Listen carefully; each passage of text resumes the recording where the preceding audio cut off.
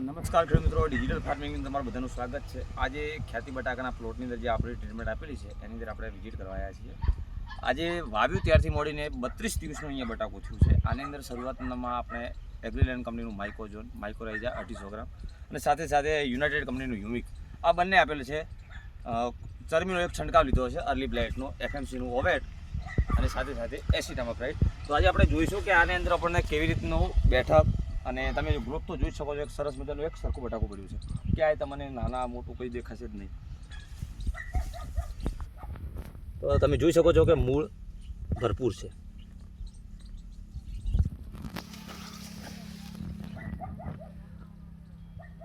સરસ મજાના આપણે મૂળ બટાકાનો ગ્રોથ બીજો એકદમ સારો છે.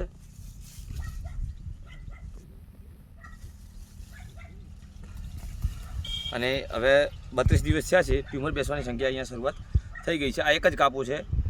ટ્યુમરની તમે સંખ્યા જોઈ શકો છો કે 1 2 3 4 5 6 7 8 9 અને 10 ટ્યુમર એક જ કાપાની અંદર આપણને જોવા મળે છે. હવે આની અંદર આપણે આગળ વાત કરશું સાઇઝ બનાવવાના ખાતરની.